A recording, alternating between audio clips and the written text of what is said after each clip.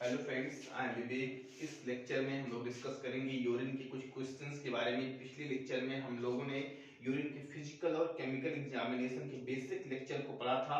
इसमें हम लोग उसके कुछ क्वेश्चंस को डिस्कस करेंगे जो वाइवा या और अन्य किसी एग्जाम में बहुत ही ज्यादा पूछे जाते हैं। उन क्वेश्चंस को हम लोग यहाँ पर डिस्कस कर लेते हैं और कुछ कंडीशंस को हम लोग यहाँ पर डिस्कस करेंगे। तो ये लेक्चर 2 है यूरिन एग्जामिनेशन का। तो यहाँ पर हम लोग देख लेते हैं कंडीशन के। देखिए, हम लोग जानते हैं कि जो नॉर्मल यूरिन होता है उसका जो वॉल्यूम होता है 600 ml से 2000 ml होता है इन 24 आवर्स में। हमने पिछले लेक्चर में ये चीज पढ़ी थी कि 600 ml से 2000 ml होता है। कलर जो यूरिन का होता है वो पेल येलो होता है। वो नॉर्मल यूरिन का कलर जो होता है वो पेल येलो होता है, ठीक है, या फिर स्ट्रा कलर या भूस। स्ट्रा मतलब होता है भूसा या भूसे के कलर का स्ट्रा कलर्ड होता है, ठीक है। कुछ कंडीशंस होती हैं जिसमें यूरिन का जो कलर होता है वो चेंज हो जाता है। हम उन कंडीशंस को यहाँ पर देख लेते हैं। देखिए, यदि यूरिन का कलर डार्क येलो हो जाए,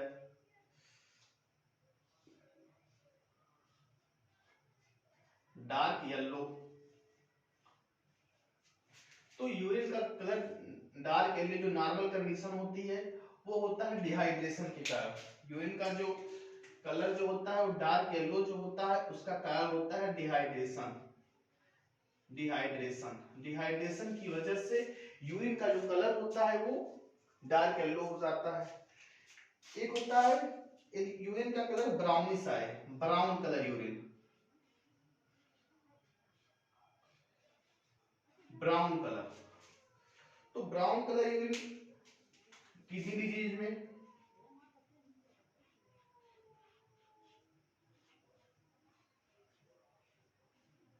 किडनी डिजीज में और लीवर डिजीज में इसका जो कलर होता है वो ब्राउनिश हो सकता है। किडनी डिजीज और लीवर डिजीज में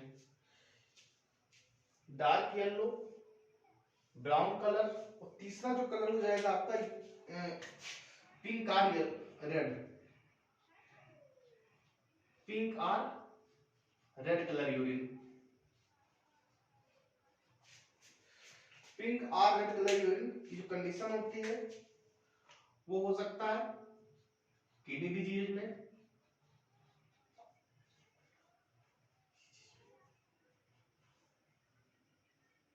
प्रोस्टेट कैंसर में, प्रोस्टेट कैंसर में पिंक और रेड कलर हो सकता है। और ब्राउन कलर जो होता है यूटीआई की कंडीशन में भी हो सकता है। जो ब्राउनिश जो कलर होता है यूरिन का वो यूटीआई की कंडीशन में भी हो सकता है, जिसे हम लोग यूरिनरी ट्रैक्ट इन्फेक्शन बोलते हैं। Urinary tract infection.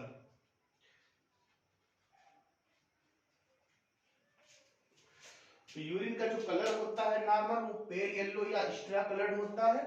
Pale yellow या स्ट्रा कलर्ड होता है। यदि यूरिन का कलर डार्क येलो आ रहा है तो कंडीशन हो सकती है नॉर्मली, नॉर्मल हो सकता है, डिहाइड्रेशन हो सकता है।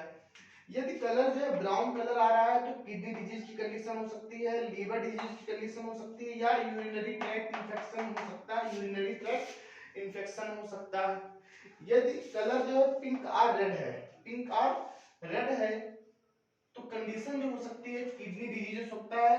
जो ये है सब जो क्लिनिकल कंडीशंस है, किडनी डिजीजेज या प्रोस्टेट कैंसर हो सकता है, प्रोस्टेट कैंसर, ठीक है। इसको हम लोग उसके बाद और जो प्रोस्ट हाँ जी हाँ, जो इसकी जो पहले की जो स्टेज होती है प्रोस्टेट कैंसर जिसे हम लोग बीपीएच बोलते हैं, benign prostate hyperplasia, benign prostate hyperplasia. इसकी जो कंडीशन पहले की होती है कैंसर से पहले की जो कंडीशन, जिसकी जो गांठ होती है उसे हम लोग बोलते हैं बेनाइन प्रोस्टेट हाइपरप्लेसिया, जो बाद में कैंसरस हो जाती है, ठीक है। जिसकी जो गांठ होती है उसे हम लोग बोलते हैं बेनाइन प्रोस्टेट हाइपरप्लेसिया, ठीक है। उसके बाद हम लोगों ने यूरिन के कलर को डिस्कस कर लिया। यूरिन का जो वॉल्यूम के बारे में बात कर लेते हैं। जो 600 ml से 2000 ml जो होता है यूरिन का वॉल्यूम होता है। अब एक ऐसी कंडीशन होती है जिसमें यूरिन का वॉल्यूम इंक्रीज कर जाता है, बढ़ जाता है, और abnormally increases urine volume, abnormally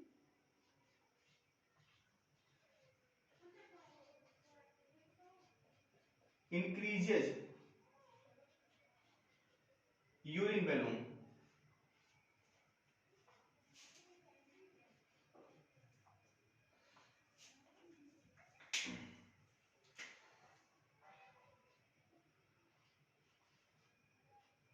abnormally increases urine volume, यदि यूरिन का वॉल्यूम बहुत ज्यादा बढ़ जाए, abnormally इंक्रीज कर जाए, उस कंडीशन को हम लोग बोलते हैं पॉलीयूरिया।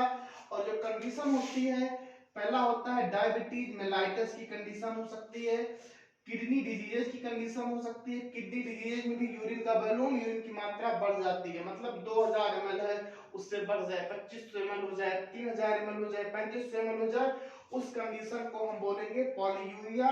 पॉलीयूरिया जो होता है, कंडीशन जो होती है उसकी, डायबिटीज हो सकता है, किडनी डिजीज की कंडीशन हो सकती है, लीवर डिजीज की कंडीशन हो सकती है, लीवर डिजीज में भी पॉलीयूरिया हो सकता है। और एक डिजीज होता है कुशिंग सिंड्रोम। कुशिंग सिंड्रोम में क्या होता है, बॉडी में जो है एक हार्मोन होता है कॉर्टिसोल, जो कॉर्टिसोल हार्मोन होता है, इसका लेवल इंक्रीज कर जाता है। कॉर्टिसोल हार्मोन होता है ये, इसका लेवल जो होता है वो इंक्रीज कर जाता है, इसकी मात्रा जो है इंक्रीजेज इन बॉडी। कॉर्टिसोल की जो मात्रा होती है वो बॉडी में इंक्रीज कर जाएगी, और इंक्रीज कर जाएगी, जो कॉर्टिसोल होता है इफेक्ट करेगा एडीएच पे। ये एंटी डायूरेटिक हार्मोन होते हैं, ये एडीएच जो होता है वो एंटी डायूरेटिक हार्मोन होता है, और ये यूरिन की मात्रा को इंक्रीज करवा देगा। जो एडीएच होगा वो यूरिन की मात्रा को इंक्रीज करवा देगा। कॉर्टिसोल हार्मोन अगर बॉडी में इंक्रीज कर जाता है, उस कंडीशन को हम लोग बोलते हैं कुशिंग सिंड्रोम। और कुशिंग सिंड्रोम में क्या होता है कि बॉडी में कॉर्टिसोल हार्मोन इंक्रीज कर जाएगा, और जो कॉर्टिसोल हार्मोन होता है वो एडीएच पर इफेक्ट डालेगा। एडीएच जो होता है वो एंटी डायूरेटिक हार्मोन होता है, एंटी डायूरेटिक हार्मोन होता है, ये जो यूरिन की मात्रा को इंक्रीज करवा देगा। ये जो हाइपरकैल्कीमिया होता है, हाइपरकैल्कीमिया भी एडीएच पे इफेक्ट करेगा। Effect on ADH. तो क्या होता है कि हाइपरकैल्सीमिया, जो हाइपरकैल्सीमिया होता है, इसमें बॉडी में कैल्शियम का लेवल इंक्रीज कर जाएगा। हाइपरकैल्सीमिया में बॉडी में कैल्शियम का लेवल इंक्रीज कर जाएगा। हाइपरकैल्सीमिया में जब इंक्रीज कर जाएगा तो वो एडीएच पर इफेक्ट करेगा, एडीएच को प्रभावित करेगा, और जिससे यूरिन का वॉल्यूम बढ़ जाएगा।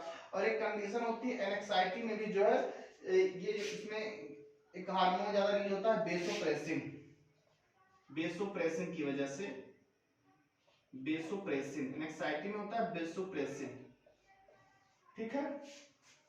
तो कुशिंग सिंड्रोम में कॉर्टिसोल हार्मोन जो है इंक्रीज करवाएगा, और हाइपरकैल्सीमिया में जब कैल्शियम जो है उसकी जो बॉडी में जब कैल्शियम की मात्रा जब बॉडी में इंक्रीज कर जाएगी, जब बढ़ जाएगी, तो इफेक्ट डालेगा एंटी डायूरेटिक हार्मोन पर, और यूरिन का वॉल्यूम, यूरिन की जो मात्रा है वो इंक्रीज कर जाएगी। जो कंडीशन है diabetes mellitus, kidney disease, liver disease, Cushing syndrome, hypercalcaemia, anxiety. Question पूछा जाता है कि यूरिन का वॉल्यूम किस कंडीशन में इंक्रीज कर जाएगा, यूरिन का वॉल्यूम किस कंडीशन में इंक्रीज करेगा। क्वेश्चन पूछ जाएगा कि यूरिन का वॉल्यूम किस कंडीशन में इंक्रीज करेगा।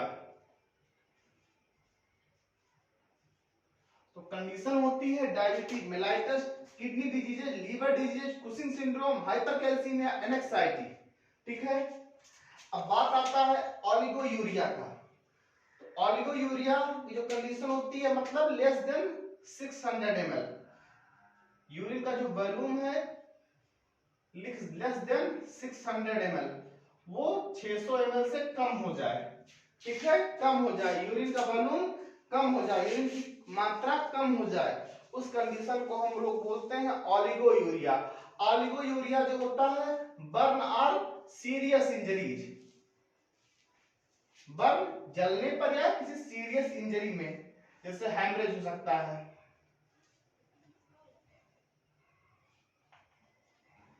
हैमरेज हो सकता है, तो हैमरेज की कंडीशन में हो सकता है या बर्न की कंडीशन में। किडनी डिजीजेज में भी जो है ओलिगोयूरिया हो सकता है, या फिर किडनी में ट्यूमर वगैरह हो तो उस कंडीशन में ओलिगोयूरिया की कंडीशन हो सकती है। बर्न और सीरियस इंजरी, इसमें हैमरेज हो सकता है, किडनी डिजीज हो सकता है और ट्यूमर हो सकता है। ठीक है, आप लोग इसको नोट कर लीजिए, क्वेश्चन पूछा जाएगा कि ओलिगोयूरिया की कंडीशन कब हो सकती है, तो किडनी डिजीज में, बर्न में और ट्यूमर में। ठीक है, और एक इसमें छूट रहा है डायबिटीज इंसिपिडस। पॉलीयूरिया की कंडीशन में एक आप लोग लिख लीजिए डायबिटीज इंसिपिडस, डायबिटीज इंसिपिडस।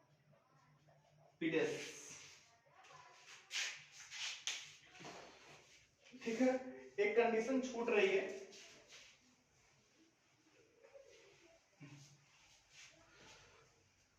उसका नाम है एन्यूरिया।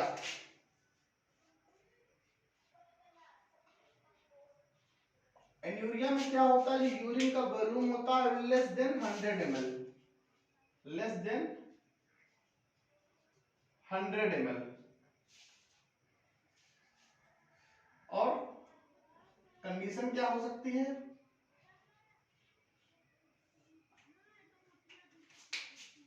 क्रोनिक किडनी डिजीज हो सकती है, क्रोनिक किडनी डिजीजेज,